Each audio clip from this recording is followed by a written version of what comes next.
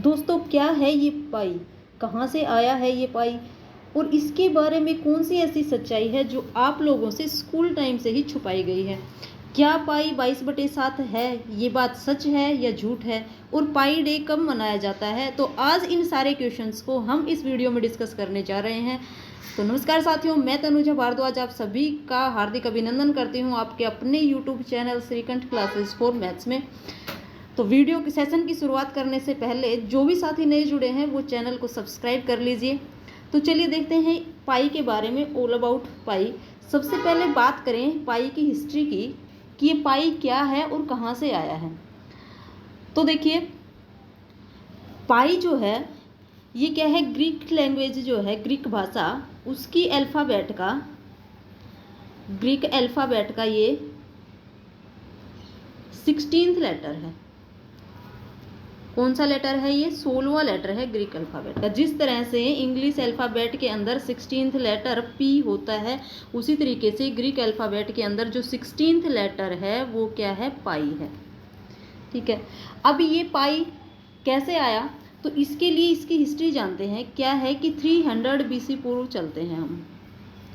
उस टाइम पे क्या हुआ कि लोगों को अपना सामान ढोने के लिए, एक जगह से दूसरी जगह पर ले जाने के लिए उनको किसी व्हीकल की ज़रूरत होती थी।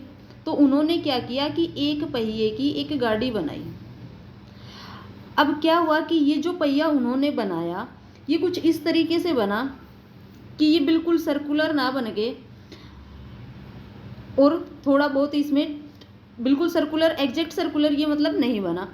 तो इसमें क्या हुआ कि इन्होंने प्रैक्टिकली इसको करते करते और इसको कुछ इस तरीके से मेजर किया कि ये जो लिया गया एक सर्कल, तो इसकी लेंथ यानी कि इसका ये जो पेरीमीटर है जिसको हम सर्कमफेरेंस बोलते हैं, इसकी लेंथ को इस तरीके से लिया गया कि अगर इसके डायामीटर से इसको नापें तो ये जो सर्कमफेरेंस है, हम मान लेते हैं कि सर्कमफेरेंस को सी से अगर डिनोट करें और डायामीटर को डी से, तो इसका अगर रेशियो लें तो वो किसके इक्वल आ जाए? पाई के इक्वल आ जाए ये रेशियो।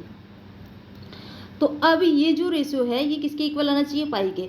अब इसके लिए आप चाहे कितना ही छोटे साइज का सर्कल लें, चाहे कितने ही बड़े साइज का सर्कल लें, हर एक सर्कल के अंदर क्या होगा कि सर्कमफेरेंस का और डायमीटर का जो रेशियो होगा वो किसके इक्वल आना चाहिए? पाई के इक्वल आना चाहिए। अच्छा, अब आप कहेंगे कि ये जो सर्कमफ्रेंस है ये क्या है? तो सर्कमफ्रेंस क्या होती है, जैसे ये सर्कल है और ये क्या है? सर्कल का सेंटर है। तो सेंटर से और यहाँ तक की ये जो डिस्टेंस है इसको बोलते हैं रेडियस, जिसको स्मॉल और से डिनोट करते हैं। और अगर यहाँ से इस तरफ लें तो भी ये क्या होगी? रेडियस होगी। तो ये भी क्या हो गई? स्मॉल आर हो गई। तो ये जो दोनों को मिला करके टोटल यहाँ से यहाँ तक की जो डिस्टेंस बनती है ये क्या होता है? इसका डायमीटर होता है, यानी कि डी किसके इक्वल हो गया? 2r के इक्वल हो गया। और इस सर्कल की ये जो बाउंड्री है चारों तरफ का, इसका जो ये पेरीमीटर है, क्या है? ये पेरीमीटर है। इस पेरीमीटर को ही क्या बोलते हैं? सर्कमफेरेंस बोलते हैं। तो जब इस सर्कमफेरेंस को डिवाइड करते हैं किससे? डायामीटर से, तो ये किसके इक्वल आता है? पाई के इक्वल। अब यहाँ से देखिए एक फॉर्मूला बनेगा सर्कमफेरेंस का। अगर हम देखें कि c इज इक्वल टू क्या हो जाएगा? यहाँ से पाई, और ये d इधर आकर के मल्टीप्लाई में आ जाएगा। अब इस डायमीटर को हम 2 टाइम्स ऑफ r लिख सकते हैं, क्योंकि ये रेडियस का क्या है? डबल है। तो ये क्या हो गया? डायमीटर को लिख देंगे 2r और इनटू में क्या है? पाई। तो ये हमारे पास फॉर्मूला बन गया 2πr, किसका? सर्कमफेरेंस का। अब देखते हैं कि इसका जो नाम है, यानी कि ये जो है रेशियो जो आया, इस रेशियो को पाई से ही क्यों डिनोट किया गया? इसके लिए कोई और सिंबल क्यों नहीं लिया गया? तो उस चीज़ को भी हम यहाँ से देखते हैं। तो अगर आप देखेंगे तो जो सर्कमफेरेंस होता है, इसको ग्रीक भाषा के अंदर सर्कमफेरेंस को बोला जाता है पेरीफेरी। इसको बोला जाता है पेरीफेरी, और इसका फर्स्ट लेटर अगर आप देखेंगे तो ये क्या है? पाई है। इसी तरीके से पेरीमीटर को इसके अंदर बोला जाता है पेरीमेट्रोस, और इसका भी फर्स्ट लेटर क्या है? पाई है। तो हो सकता है इसी वजह से यहाँ से इस पाई को उठाया गया हो उस रेशियो को डिनोट करने के लिए। ठीक है, तो ये था पाई की हिस्ट्री कि पाई क्या होता है। पाई होता है सर्कमफेरेंस और डायमीटर का क्या रेशियो क्या होता है? पाई होता है। अब चलते हैं नेक्स्ट क्वेश्चन के ऊपर, जो कि सबसे इम्पोर्टेंट क्वेश्चन बनता है, और वो क्वेश्चन ये है कि क्या पाई एक रैशनल नंबर है या एक इर्रेशनल नंबर है। तो इस क्वेश्चन के ऊपर बहुत सारे साइंटिस्ट की तो पूरी लाइफ ही स्पेंड हो गई, इसको देखते देखते कैलकुलेट करते करते पाई की एग्जैक्ट वैल्यू वो कैलकुलेट करना चाह रहे थे, लेकिन नहीं कर पाए। इस क्वेश्चन का अगर आप आंसर देखेंगे तो हम कहेंगे कि पाई जो है वो रैशनल नंबर नहीं है। कैसा नंबर है? इर्रेशनल नंबर है। इसके अलावा अगर और भी देखिए आप, तो जो सुपर कंप्यूटर है ना, उसने भी पाई की कम से कम भी तो 5 ट्रिलियंस तक इसकी वैल्यू सुपर कंप्यूटर ने कैलकुलेट करी, लेकिन फिर भी पाई की एग्जैक्ट वैल्यू नहीं कैलकुलेट कर पाया। तो अब क्वेश्चन ये बनता है कि क्या पाई 22/7 के इक्वल है या नहीं। तो अगर आप देखोगे 22/7, तो 22/7 तो क्या है? एक रैशनल नंबर है। रैशनल नंबर क्या होता है? जिसको p/q के फॉर्मेट में लिखा जा सके। तो यहाँ पर तो ये इसका न्यूमरेटर हो गया, डिनोमिनेटर हो गया। 22 इसका न्यूमरेटर, 7 इसका डिनोमिनेटर, तो ये क्या हो गया? एक रैशनल नंबर हो गया। और हम कह रहे हैं कि पाई क्या है? एक इर्रेशनल नंबर है। तो इसका मतलब कि पाई जो है वो 22/7 के इक्वल नहीं है। तो फिर ये क्या है?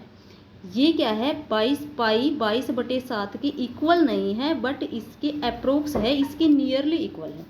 अगर आप इसकी वैल्यू पर जाते हैं तो 22/7 की वैल्यू जब आप डेसिमल्स के अंदर कैलकुलेट करेंगे तो 22 को जब 7 से डिवाइड करेंगे तो ये जो वैल्यू आपके पास डेसिमल्स में आएगी वो आएगी 3.142857, और फिर से रिपीट होना स्टार्ट हो जाएगी 142857, अगेन 142857, यानी कि ये क्या हो जाएगी?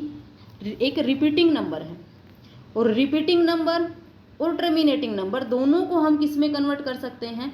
रैशनल नंबर में की फॉर्मेट में लिख सकते हैं। लेकिन पाई कैसा है? पाई है हमारे पास में नॉन रिपीटिंग, ये नॉन रिपीटिंग है एंड नॉन टर्मिनेटिंग है। ना तो रिपीट होता और ना ही डेसिमल के बाद किसी पॉइंट पे ये टर्मिनेट होता है। इसकी वैल्यू की अगर बात करेंगे तो पाई की जो वैल्यू है वो कुछ डेसिमल प्लेसेस तक मैं आपको बताती हूँ। इसकी वैल्यू क्या बनेगी? 3.1415926539793238 एंड सो ऑन। इस तरीके से ये चलती जाएगी। ना तो कहीं पर ये रिपीट होएगी और ना ही किसी डेसिमल पॉइंट पर क्या होगी? ये टर्मिनेट होगी। तो अब आप यहाँ से अगर देखेंगे कि 22/7 जो था 22/7 और पाई, इन दोनों की वैल्यू कितने डेसिमल प्लेसेस तक मैच कर रही है? तो आप देखेंगे केवल और केवल 2 डेसिमल प्लेसेस तक मैच कर रही है, यानी कि 3.14, और इधर भी 3.14। केवल 2 डेसिमल प्लेसेस तक इसकी वैल्यू क्या कर रही है? मैच कर रही है। तो हमने मैथमेटिक्स के अंदर जो है अपनी कैलकुलेशन को इजी बनाने के लिए इसकी अप्रोक्स वैल्यू ले ली कि पाई जो है वो अप्रोक्स किसके इक्वल होगा? 22/7 के इक्वल होगा। But this is not exactly equal to 22/7। Pi is not irrational number, it is totally irrational number. Okay, अब बात करते हैं आगे। अब आपने अगर देखें कि इस पाई की यूजेस क्या हैं, तो हम इसके यूजेस के बारे में भी बात कर लेते हैं। चलिए, और एक बात करेंगे यहाँ पर पाई डे के बारे में। सबसे पहले इसके यूजेस के बारे में बात करेंगे। तो जहाँ जहाँ पर भी आपको सर्कल दिखेगा या सर्कुलर शेप की कोई भी चीज़ दिखेगी, वहाँ वहाँ पर क्या आएगा? पाई आएगा। जैसे किसी भी सर्कल का आपको क्या लेना हो? एरिया लेना हो, इसका पेरीमीटर लेना हो यानी कि सरकमफेरेंस। इसके अलावा अगर आप किसकी बात करें? कोन की बात करें, स्फीयर की बात करें, तो जहाँ पर भी सर्कुलर चीज़ें दिखेंगी आपको, उन सभी के अंदर क्या आएगा? उनके सभी के कैलकुलेशंस के अंदर, एरिया वगैरह के अंदर क्या होगा? पाई का यूज होगा।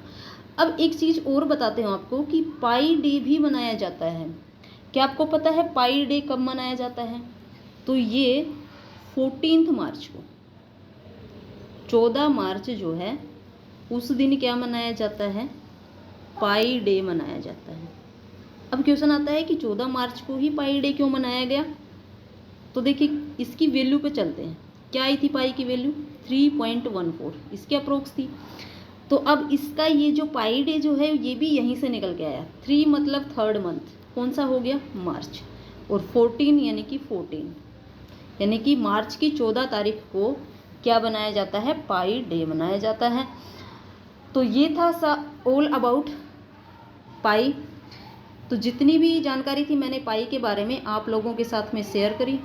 तो अगर आपको ये जानकारी अच्छी लगी हो तो वीडियो को लाइक करना, शेयर करना, और अगर कोई भी पाई से रिलेटेड कोई भी जानकारी जो यहाँ पर छूट गई हो तो उसको आप लोग कमेंट सेक्शन में ज़रूर कमेंट करना, और साथ ही साथ में चैनल को सब्सक्राइब भी कर लेना। अगर आपके एक सब्सक्राइब कर लेने से किसी को सपोर्ट मिलता है, किसी का मोटिवेशन बढ़ता है, या आपके एक सपोर्ट कर लेने से किसी का भला होता है, तो ऐसी भलाई में क्या ही हर्ज है। तो आप ज़्यादा से ज़्यादा, आई होप कि आप इस वीडियो को ज़्यादा से ज़्यादा लाइक और शेयर करेंगे, और साथ ही साथ चैनल को सब्सक्राइब भी करेंगे। तो चलिए मिलते हैं नेक्स्ट किसी ऐसे ही रोचक वीडियो में। तब तक के लिए bye bye and take care. Thank you.